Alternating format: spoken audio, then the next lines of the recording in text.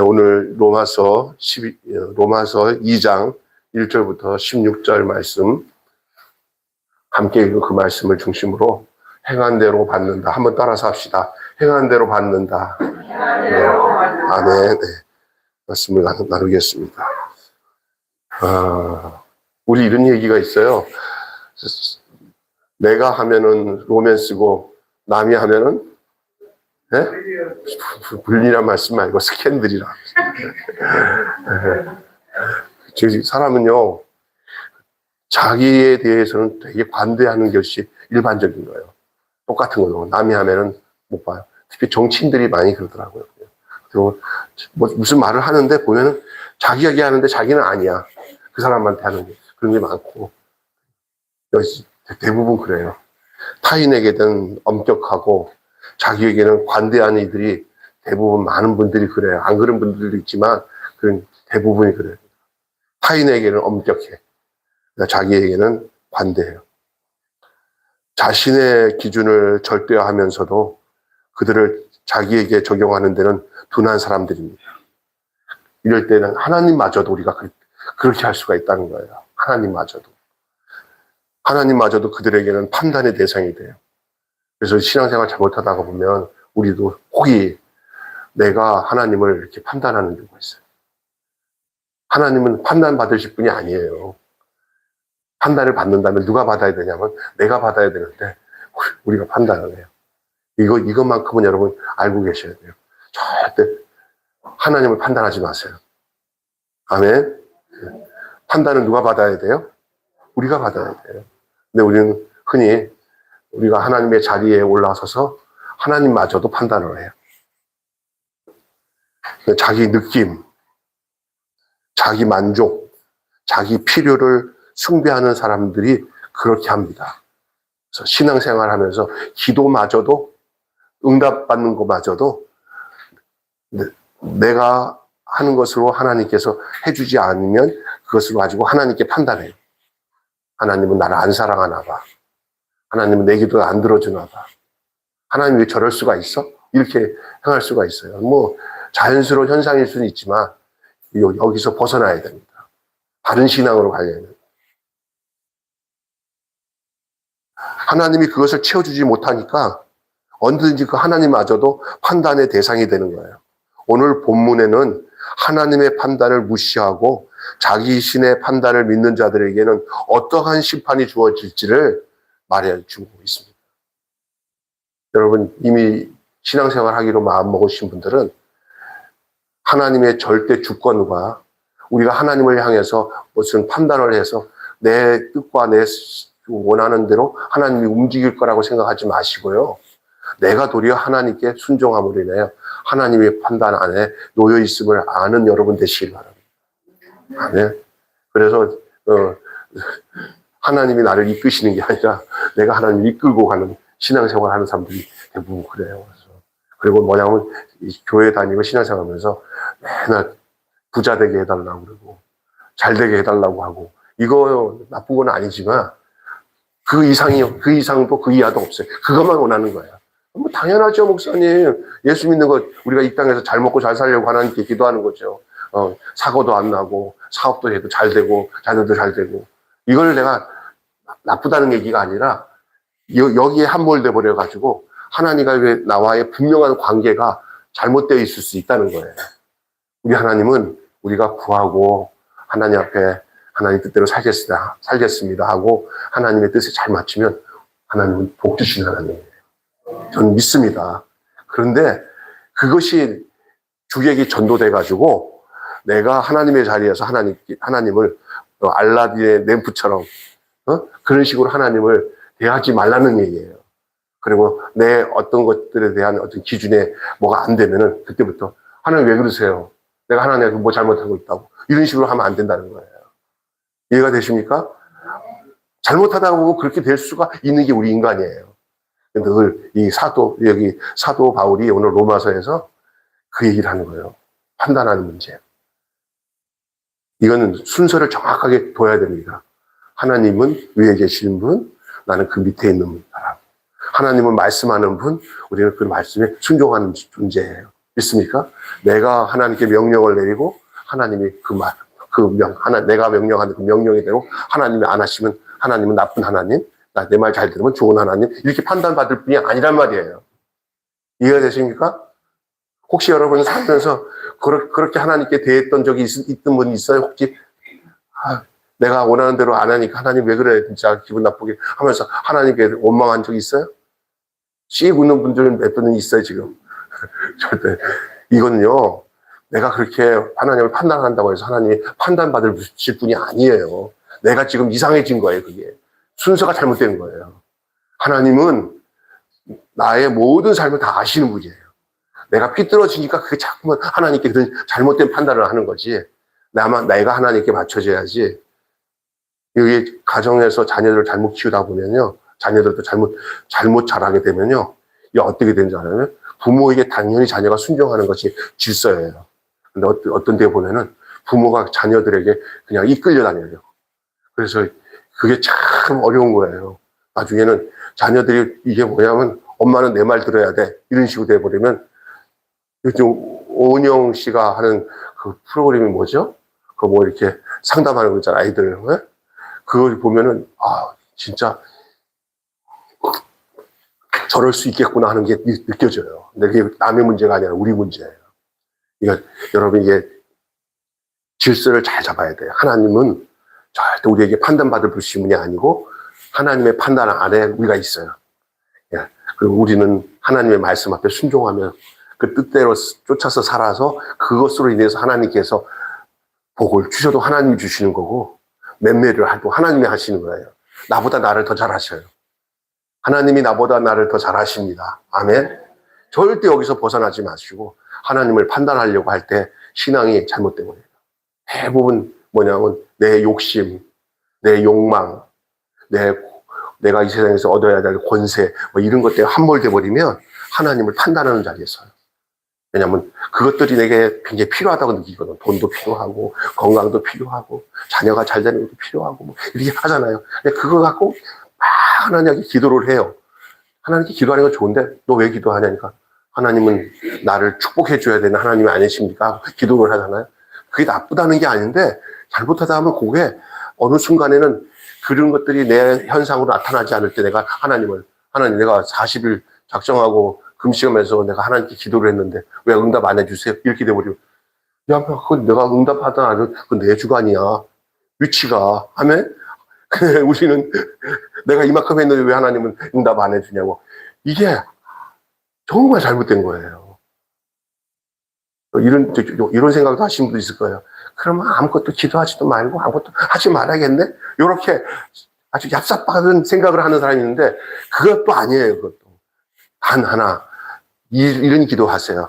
하나님은 나를 주관하시는 분이고 모든 것을 심판하시는 분이고 나는 하나님의 심판 앞에 놓여있는 하나님께서 어떻게 하시든 간에 하나님 앞에 긍휼히 여김을 받고 인도함을 받아야 할 존재라는 사실에 대해서 그 위치 선정을 잘하는 그런 기도가 필요해요.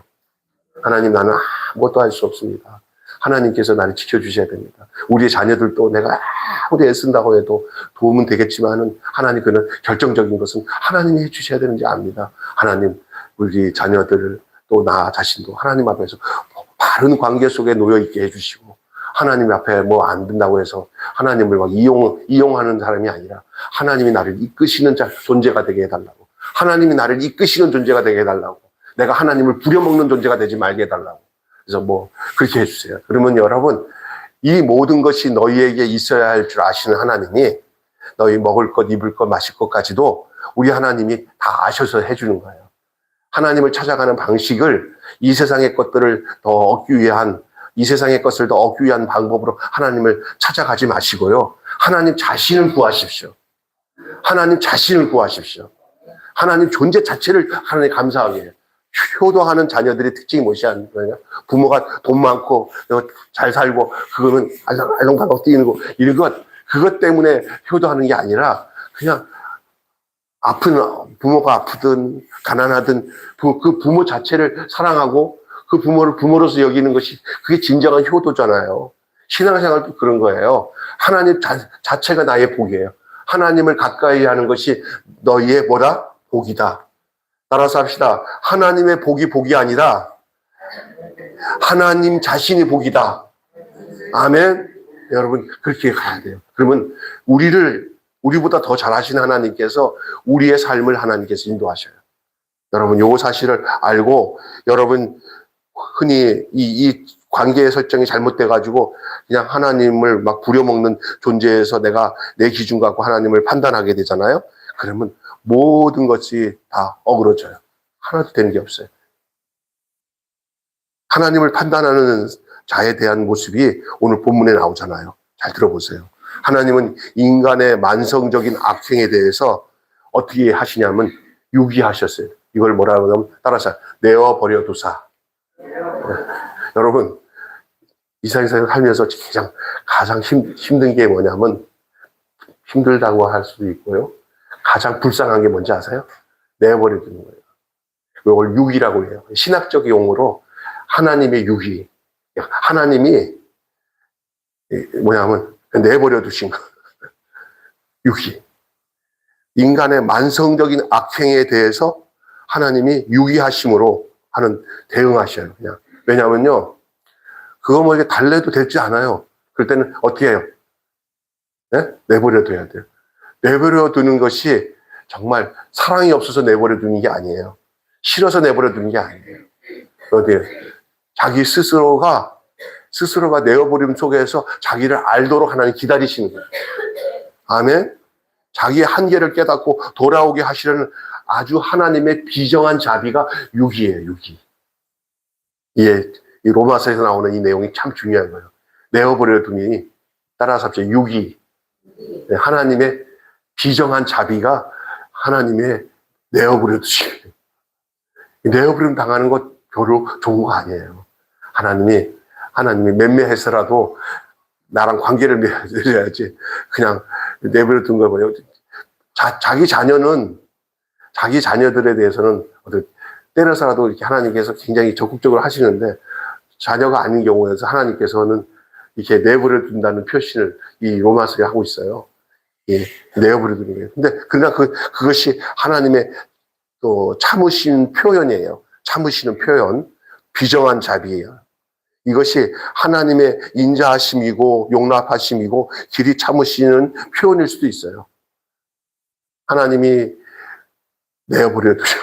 여러분 자녀들에 대해서 어느 날 기도 많이 하다가 너무 힘들어가지고 하나님 나 손발 두 발 다 놓고 그냥 내버려 두는 때가 있잖아요.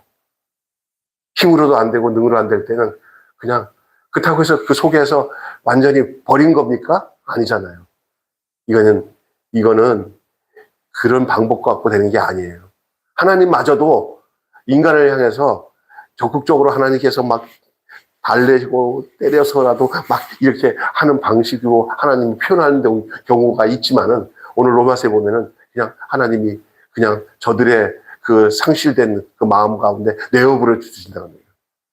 하나님을 마음에 두기 싫어하는 그 사람들에 대해서 하나님이 그거 갖고 애달프게 나 좀 기억해라. 나 좀 기억해. 나를 봐서라도 너도 그럴 수 있겠니? 이렇게 안 하시는 때가 있다는 거예요. 이거는 우리 쪽에서는 그것은 하나님께서는 할 수 없이 그렇게 하신다고 하지만 그런 일이 생길 때는 우리에게는 뭐가 찾아온다는 거예요. 그게 불행이에요.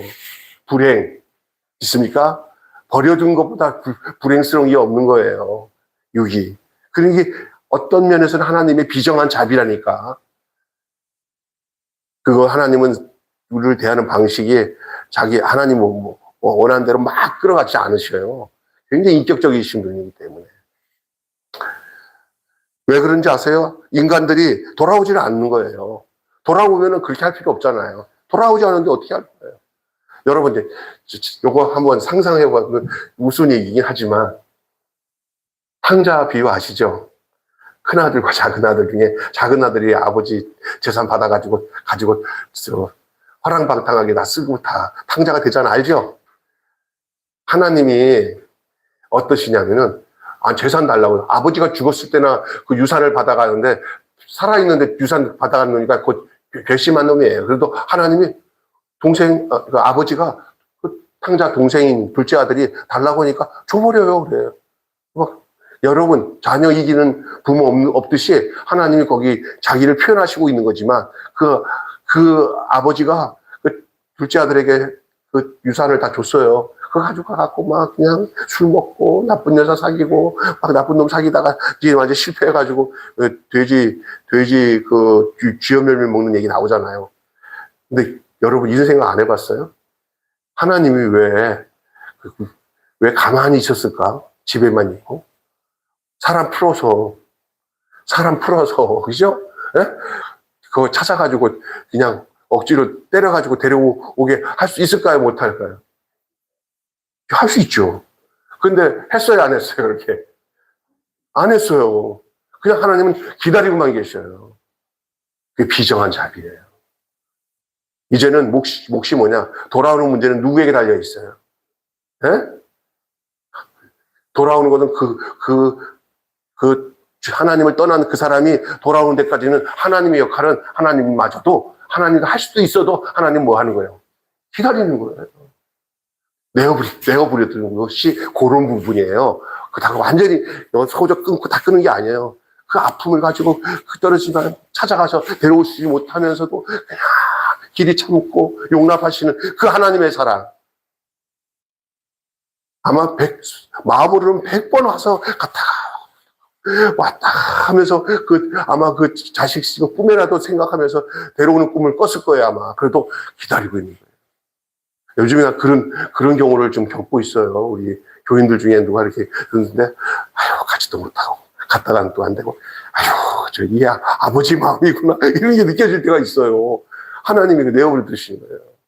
여러분, 혹시 돌아오기만 하면은 어떻게 해요? 돌아올 때.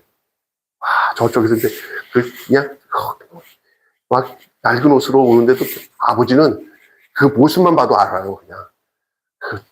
잘난 모습으로 나갔다가 거지가 돼서 돌아왔는데 아버지가 어떻게 해요? 저 상거가 뭔데 그 아들을 알아보고 난 뒤에 뛰어가서 그냥 얼싸안고 막 그냥 잔치 벌이면서 죽었다 살아난 내 아들 만났다.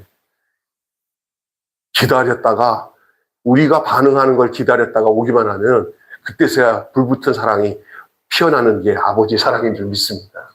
여러분 교회 아무나 나온 거 아니에요. 네? 오늘 우리가 바로 그런 위치에서 있는데 끝까지 고집 부리면은 끝까지 고집 부리고 대부분 끝까지 고집 부리는 사람들이 뭐냐면 자기 주관, 자기 판단 강한 사람은 그냥 회개하고 그냥 자복하고 전부여 의지없어서 손들고 옵니다 하고 주님 앞에 오면 되는데 안 와요. 끝까지 고집 부리면서 자기 주관 가지고 끝까지 누굴 판단해요. 네? 그래서 내가 둘째 아들 얘기하다가 첫째 아들을 갈게요. 첫째 아들은요 집안의 탕자예요. 아버지 밑에서 진짜 잘해요. 근데 둘째 동생 오니까 아버지가 하는 것이 못마땅해요. 자기 판단과 자기 기준이 강해서 아니 나는 아버지 밑에서 이렇게 쎄빠지게 이렇게 했는데 나한테는 이렇게 안 해주고 저놈의 자식한테 저렇게 할 수 있냐고 하잖아요. 그러니까 아버지가 야 여기는 다 네 건데도 왜 그러냐 그랬더니 달래도 말을 안 들어요. 문 밖에서 계속 슉슉거리는 거 있어요. 여기 안에 뭐가 있냐고요. 자기 기준, 자기 판단. 당시에 바리새인들이나 종교 지도자들이 그런 마음을 갖고 있었어요. 예수님에 대해서. 그냥 예수를 통해서 저 거지, 저기 창녀, 또 그 다음에 뭐죠? 세리 이런 사람들이 다 주님이 걷어주시는 그런 말씀을 전하니까 세상에 우리는 죄도 안 짓고 경건하게 살았는데 우리한테는 이렇게 그걸 보여주고 있는 거예요. 그 내용을. 근데 그 안에 오늘 이 본문에 나오는 그 안에 있는 자기 기준. 하나님마저도 판단하려고 하는 그 악독함, 그 고집, 그것이 우리 하나님이 그 부분에 대해서 오늘 뭐냐면 길이 참으시는 중에서 내버려 두셨어요. 여러분, 제가 보니까 이렇게 많이 배운 사람도 있잖아요.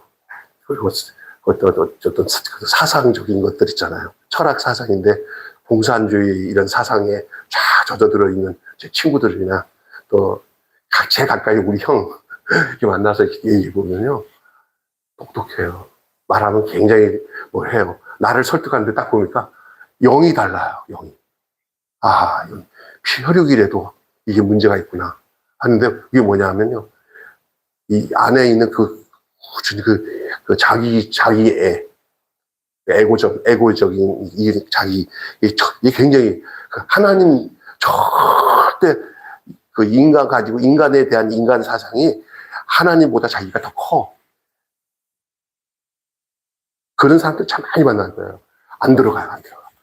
예수님이 우리를 위해서 죽었어요. 우리가 죄 회개하고 돌아가야 여러분 구원받습니다. 이러면 야, 다 사람을 위해서 종교 만든 거야. 약해지면 그래. 이렇게 얘기하고 자기 갖고 있는 그 똑똑함, 자기 갖고 있는 거 갖고 하나님마저도 판단하는 사람들에게는 하나님도 어쩔 수 없어. 그냥 기다릴 수밖에 없어요. 그죠? 내가 안 해봤어요? 야, 애쓴다, 병수야. 목사 돼가지고. 이렇게 얘기하지. 그걸 믿으려고 하질 않고. 한 번 있었다. 이 췌장이 다 망가져가지고. 이렇게 누워서 이제 있는데, 워낙에 그냥 안에 강하니까 내가 갈게, 그랬더니. 목사님, 기도해주고 가야지, 이러더라고요.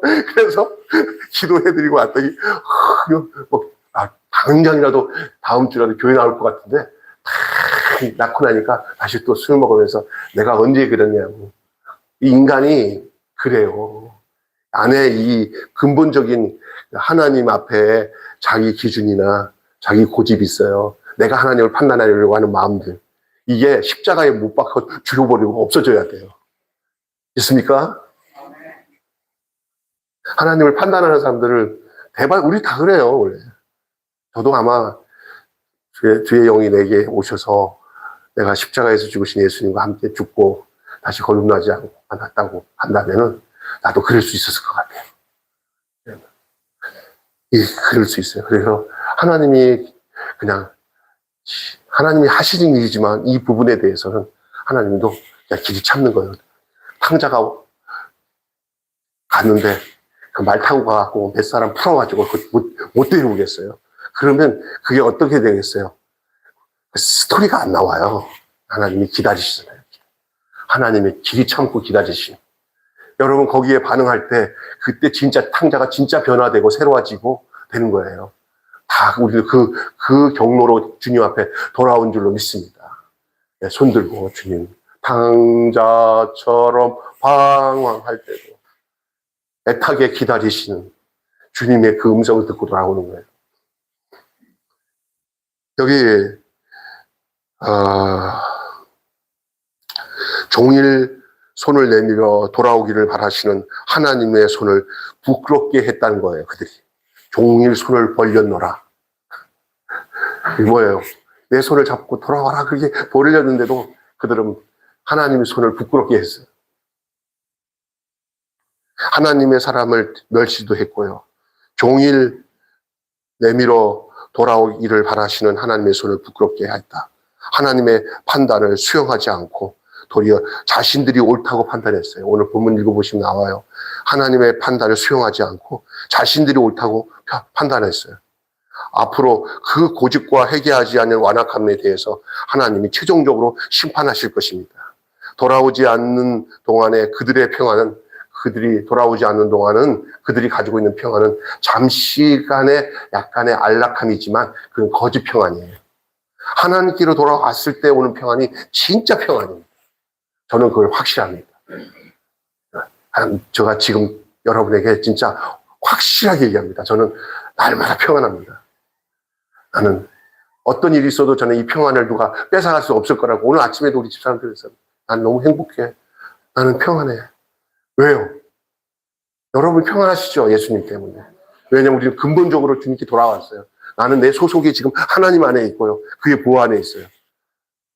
어쩌다가 이제 우리의 형편이 전쟁이 일어나서 어려움을 당하든지 갑자기 예상치 않는 어려움이 와도 내게 주신 이 평안함은 누구도 뺏어갈 수 없어요. 내 마음속에 있는 참된 이 평화는 누구도 앗아갈 수 없네. 평화. 이거는 하나님 주신 거거든요. 위치가 글로 갈 때 오는 평안이에요. 이전에는 없었어요. 이런 평안이. 예수를 만난 후에 돌이켜보니까 제가 초년 때 학생 때 만난 그 이후로 내가 지금 내가 분석해본 그 평화가 진짜인가 했더니 진짜 지금까지, 그리고 앞으로도 변함이 없을 거라고 저는 생각이 돼요. 아니, 뭐 안 그런 것도 있을 수 있지만 근본적인 거예요. 근본적인 거. 그 평화예요. 이게 하나님의 판단하신 안에 거할 때 오는 현상이에요.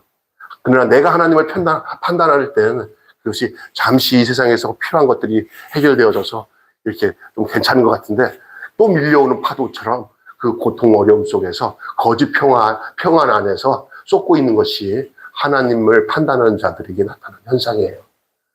그러니 결국 저는 하나님을 판단 안 합니다. 그리고 또한 하나님께 판단받기를 원합니다. 아멘. 예. 하나님의 판단하심이에요. 하나님은 각 사람이 행한 대로 보응할 겁니다. 이거는 하나님이 두리뭉실하게 하지 않습니다. 하나님의 판단의 부분은 철저하게 개인적으로 하나님이 결정하실 겁니다. 저에게 하나님께서 판단하고 심판하시는 것처럼 우리 박 목사님에게도 그렇게 하실 거고, 여러분 우리 수경 지사님에게도 마찬가지. 하나님이 철저하게 하나님 개인적으로 행한 대로 보응하신다고 말씀하고 있어요. 하나님의 용서와 자비를 수용하고 회개에 합당한 열매를 맺는 사람과 고질스럽게 회개하지 않는 자가 맞이할 운명은 같을 수가 없어요. 절대 달라요. 그리고 이 땅에 살아가면서도 달라요. 평안을 누리고 있느냐, 절대 안 누리고 있느냐가 거기서 달라요. 이 땅에서 살아도 죽음 앞에서 겁이 없어요. 왜냐하면 평안을 누리기 때문에. 내가 예수 안에 있다는 것이 그 증거예요. 그 평안입니다. 하나님의 판단 앞에 놓여 있으니까, 왜냐하면 그 모든 고난이 누구에게 있어요. 나는 그 안에 그 하나님 앞에 내가 거하면서 당신을 판단하는 게 아니라 당신의 판단 앞에 있습니다. 이때 오는 평안이 진짜 평안이에요. 그렇잖아요. 이 평안입니다. 운명이 같을 수가 없어요. 이것이 잘못 적용이 되면은 행위 구원으로 얘기하는 것 같다고 생각할 수 있지만 그건 아닙니다. 하나님의 은혜를 수용하여서 주오실 그날까지 참고 선을 행하고 영광과 존귀와 썩지 않음을 구하는 삶으로 믿음으로 표현하는 자는 이 땅에서부터 저 영원한 나라에 이르기까지 분명히 영생을 누릴 것입니다. 여러분이 이렇게 좀 복잡하게 얘기하니까 좀 이해가 안 돼서 아주 알기 쉽게 이해할게요. 저는 옛날에 영생을 누리고 산다는 게 죽어서 천국 가는 것이 영생 누린다고 생각을 했어요. 편하게 생각했죠. 젊었을 때는. 근데 요즘에 와서 영생을, 찬송 중에도 영생을 누리며 주 안에 살리라. 오늘도 내일도 주 안에 살리라. 그럼 영생은 뭐냐? 주 안에서 사는 게 영생이에요. 그럼 주 안에 사는 게 뭐냐? 여러분에게 오신 그 예수님과 나의 관계 속에서 내가 하나님께 말하고 하나님이 나에게 말씀해 주신 것이 이게 소통이 되는 거예요. 교제가 되는 거예요. 병수야, 근데 너 그렇지? 근데 하나님의 그 생생한 음성을 어떻게 듣냐? 내가 뭐 귀신처럼 이렇게 갑자기 하나님께서 환청을 줘가지고 병수야 이렇게 오는 거 아니더라고요. 어떻게 해요? 아침마다 시간마다 찬송 부르고 기도하면서 개인 시간 가지고 성경을 쭉 읽으면 이 성경은 하나님의 감동으로 된 하나님의 말씀이잖아요. 이 말씀이 살아서 나에게 인격적으로 하나님 말씀하시면 내가 듣겠습니다. 듣고 그 말씀, 병수야 그게 영생이냐? 이게 그래서 여러분이 이 신앙생활을, 이게 중요한 거예요. 교회 와서 말씀 잘 듣고, 그리고 세상 바쁘다고 내 머리 가지고 막 정신없이 살지 마세요. 절대. 그렇다고 되는 거 아니에요. 하나님의 말씀을 귀 기울여 들을 수 있는 여러분 되시기를 바랍니다. 절대 그래요. 아이고 목사님 바쁜데 언제 성경을 읽어요? 언제 기도를 해요? 쏙지 마세요.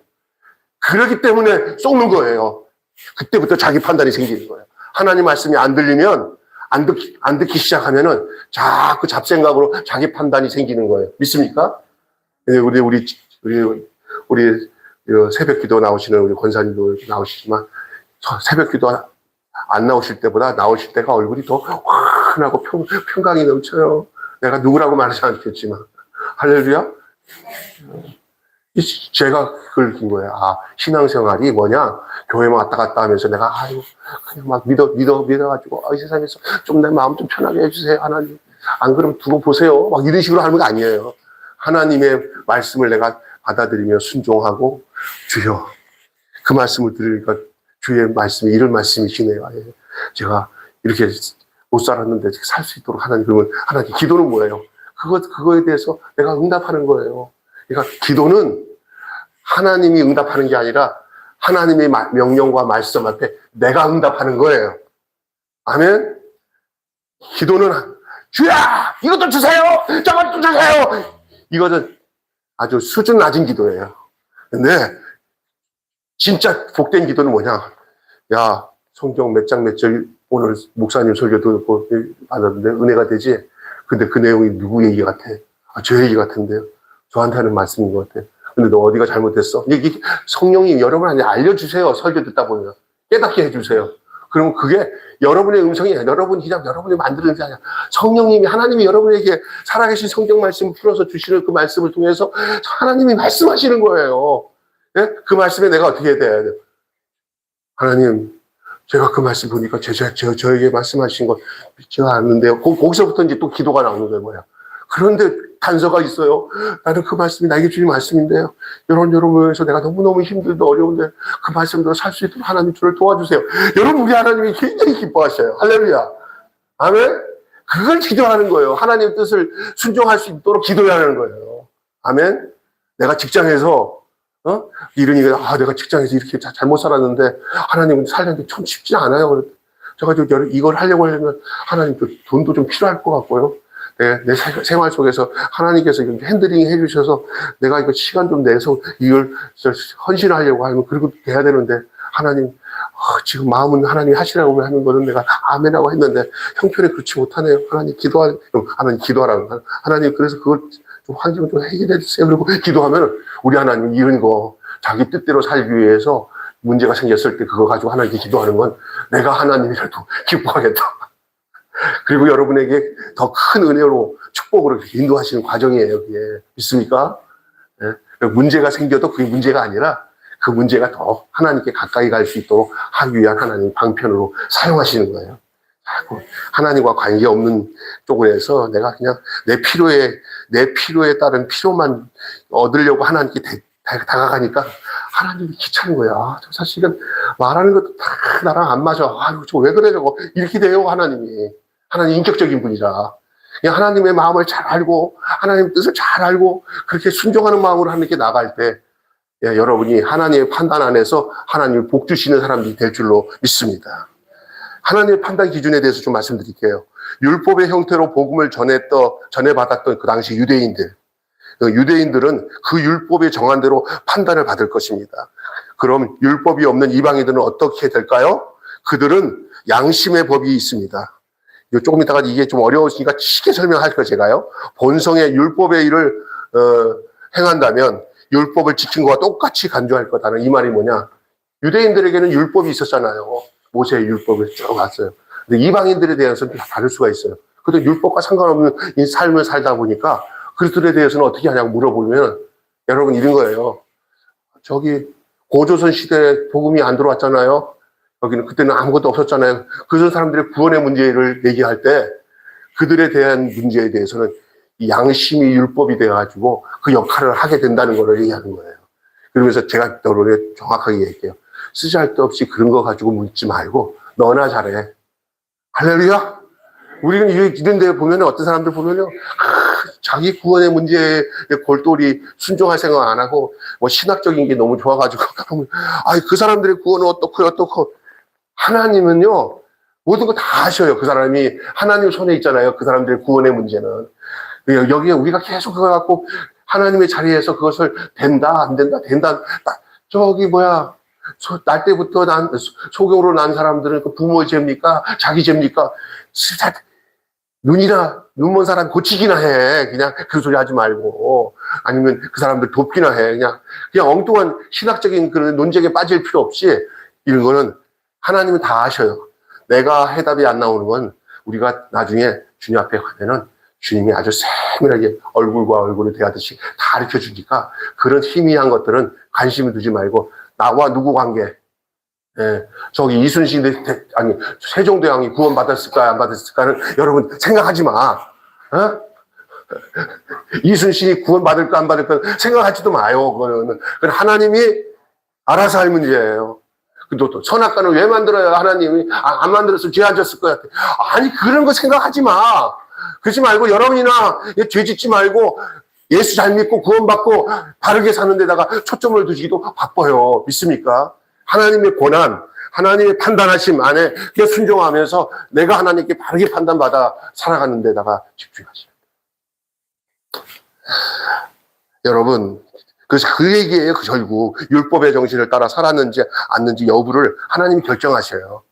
그러니까 만약에 하나님 보실 때 이순신 장군이 이렇게 우리 같이 예수 믿을 수 있는 환경 속에서 태어났다면은 그 사람이 김병수처럼 예수를 믿고 좋은 목사님이 됐을 수도 있다. 하나님은 그렇게 판단하셨으면 그걸 구원하실 거고, 안 그랬으면 안 구원할 거 누구의 몫이야? 그건 하나님 몫이란 말이야. 하나님의 판단의 과정이야. 우리는 우리가 그 자리까지 올라가서 생각할 필요 없어요. 그냥 중요한 것은 내가 이 자리에서 내가 구원을 받을 수 있는 그 유일한 길, 하나님의 아들 예수님을 보내셔서 내 죄를 위해서 십자가에서 죽으시고 그 나를 가지고 같이 십자가에서 죽어서 내 옛사람이 십자가에 죽고 부활하심으로 내가 새 생명을 얻어 주님의 생명을 새 생명을 얻은 사람으로 다시 거듭나 태어날 수 있도록 부활의 영으로 우리를 태어나서 이게 우리가 그리스도 예수 안에 있으면 새로운 피조물이라 이전 것은 지나갔으니 보라 새 것이 된 그 삶을 사는 거예요. 할렐루야. 마지막으로 정리하고 마칠게요. 하나님의 판단을 수용하지 않으면 하나님을 판단하는 자가 됩니다. 따라서 합시다. 하나님의 판단을 수용하지 않으면 하나님을 판단하는 사람이 됩니다. 이 말은 뭐냐? 하나님의 판단을 수용하지 않는 사람이 있을 수 있다는 거예요. 그러면 그 사람, 만약 그렇게 된다면 그 사람은 틀림없이 하나님을 판단하는 사람이 될 겁니다. 그 기준에서 신앙생활해요. 왜 그거 안 해줘요, 하나님? 이렇게 나가는 거예요. 흔히 우리가 믿음 생활 잘한다고 하는 사람 중에 여기에 범죄에 놓여 있으면서도 거기서 벗어나지 못하는 사람 많습니다. 특히 목사들도 있어요. 그래서 거기서 설교가 그렇게 나와요. 큰일 나요. 인본주의 같은 거죠. 여러분, 오늘 우리가 말씀에 귀 기울이지 않는다면 오로지 자기 기분과 자기 필요에 따라서 판단하게 될 것입니다. 다시 얘기합니다. 오늘 여러분이 말씀에 귀 기울이지 않으면 여러분이 오로지 자기 기분과 감정과 자기 필요에 따라서 판단하게 될 것입니다. 여러분의 마음속에 하나님으로 오는 그 시각이 안 열려요. 하나님 입장으로 볼 수 있는 눈이 열리는 게 신앙생활이에요. 근데 하나님의 입장은 전혀 용이 안 해요. 자기 기분, 자기 필요에다가 그냥 하나님 앞에 대들어요. 하나님 기가 막히는 거죠. 하나님 상대도 안 하실 거예요, 우리 하나님. 심지어 예수 믿고 거듭났다고 하면서도 이런 형상에 빠져들 수 있는 것이 아주 우리가 가질 수 있는 함정이에요. 그래서 설교가 필요한 거예요. 여러분 혹시 그렇지 않을 거라 그래요. 우리 교인들은 제가 이미 보통 이렇게 하나님을 판단하는 사람들이 거의 없다고 저는 믿습니다. 여러분이 하나님의 판단 안에 거해서 순종하는 자로서의 삶을 복되게 살아가게 돼야 될 줄로 믿습니다. 아멘. 선과 악의 기준이 무너지는 시대가 요즘 시대예요. 요즘 이제 이거 AR 인공지능 시대는 더하죠. 이전에는 포스트 모더니즘이라고 여러분 포스트 모더니즘 종교다원적인 거예요. 그러니까 교회를 바라보는 젊은이들 시각이 이렇게 분명한 기독교 세계관이나 가치관이나 인생관을 갖지 않고요. 복음 안에 말씀 안에 바로 쓰지 않고 종교적인 성향으로 가지고 있어요. 그래서 뭐 불교도 괜찮고 천주교도 괜찮고 불교도 이게 다 아니면 심지어 타로 점치는 것들 이런 거 뭐 그리고 이런 뭐 이렇게 이슬람 종교들 이런 것들도 좀 연구해 볼 필요가 있어 하면서 거기에 빠져들어가요. 목사들이 이제 더 많은 것을 잘 가르치기 위해서 하는 건 좋지만 이 젊은이들이 이게 기독교도 이게 취사 선택 중에 하나, 예수 믿는 것도 취사 선택 중에 하나로 생각할 때 거기 이미 끝난 거예요. 판단해야 하는 자리에 서 있는 거예요. 오직 성경은 뭐라고 하는지 알아요? 나로 말미암지 않고는 아버지께로 올 자가 없느니라. 하나님밖에는 없어요. 믿습니까? 이거 진짜 중요한 거예요. 근데 이렇게 얘기하면 아이 고리타분한 거예요. 똑똑하지 못한 사람들이나 맹목적으로 하나님을 섬기지 이렇게 우리같이 똑똑한, 요즘에 그 젊은 애들이 전부 이 바르게 전해주는 이 복음 내용들을 잘 몰라가지고 전부 다 이렇게 기독교를 떠나는 청년들 많아요. 고등학교, 중학교까지는 이렇게 순종하며 신앙생활 하다가 대학교 들어가고 난 뒤에 딱 잘못 어울리기 시작하면 그냥 신앙생활 한 거는 뭐냐, 정확한 복음을 듣지 못하고 그게 정립이 안 되니까. 제가 말하는 지금 하나님을 판단하는 자로 서 있는 상태에서 그냥 해결이 안 된 상태에서 쭉 가버렸기 때문에 그래요. 어렸을 때는 부모들 말에 순종하면서 가요. 그런데 부모 손에서 떠나는 청년 시기에는 내가 알아서 합니다 하고 딱 떠나는데 아주 걷잡없이 떠나가잖아요. 그래서 저 중학교, 고등학교, 대학교까지 신앙생활 좀 하다가 떠나간 사람들이 얼마나 많습니까? 그죠? 우리 권사님들 자녀 중에 아유 걔네들 학교 다닐 때는 그래도 신앙생활 했는데 지금은 안 다녀. 그런 많아요. 대부분이에요 지금. 이게 뭐예요? 하나님과의 관계 설정에서 정확하지 못했어요. 나는 우리 희열이는 분명할 거라고 좀 믿고 기도하고 있습니다. 아멘? 네, 이게 진짜 중요한 거예요. 이거는. 생사를 가르는 거예요. 진짜 중요한 거예요. 아, 우리 재혼이나 얘를 붙잡아놓고 얘기하는데 또 얘기하면 귀찮아해요. 목사도 이렇게 힘든데 여러분 얼마나 힘들겠습니까? 우리 주님 앞에 기도하는 것밖에 없어요. 주님. 기도. 자, 결론 맺고 마칠게요. 한번 재밌는 말 한마디 하고 마칠게요. 좀 이따. 줏대를 자랑하기 전에 잣대를 고민해야 됩니다. 알아서 합시다. 줏대를 자랑하기 전에 잣대를 고민합시다. 이해가 되죠? 줏대. 이게 자기야, 자기. 줏대는 다 보통 자기를 말하는 거예요. 잣대는요, 캐논이에요, 캐논. 하나님의 기준. 나를 생각하기 전에 하나님의 판단과 하나님의 기준을 생각하라는 거예요. 할렐루야. 이것이 정확하게 정리돼요. 아, 나 위에 누가 계시다. 그렇죠. 이것만 알면 돼요. 그리고 나를 그래서 내가 그분의 인도하심과 그분의 이끄심에 내가 철저히 순종하면 나는 산다. 내가 똑똑하다고 해서 내 것을 위해서 그분을 이용한다면 그러면 하나님이 유기하셔요. 기다리셔요. 네. 잣대가 되도록 기다리셔요. 자, 여기 마지막 올려놓은 거 같이 읽고 마치겠습니다. 시작. 심판은 경고를 무시하는 자에게 주어집니다. 행한 대로 보응하시지만 그 행함 이전에 그 행함을 가능케 하신 하나님의 은혜가 있습니다. 은혜에 반응하는 것이 행함이 있는 믿음입니다. 아멘. 네. 여러분이 하나님의 은혜가 있기를 바랍니다. 그 은혜는 여러분이 판단하는 자가 아니라 판단하는 하나님 앞에 서는 거예요. 그게 행함이 있는 믿음을 갖는 하나님의 은혜예요. 기도하겠습니다. 하나님 아버지, 우리가 행함이 있는 그 믿음이 바로 하나님의 은혜인데 이것이 우리가 하나님의 판단 앞에 서 있는 자가 될 때 가능한 것인 걸 알게 해주신 것 감사합니다. 함부로 내 인생을 잣대로 주고 줏대를 가지고 살다가 잣대로 행하시는 하나님의 은총을 잃어버리는 일이 없도록 하나님 우리를 이끌어 주시고 인도해 주시고 날마다 하나님의 인도하심에 따라 순종하며 사는 복된 저희들 되게 하여 주시옵소서. 우리 주 예수님의 이름으로 기도합니다. 아멘. 찬송가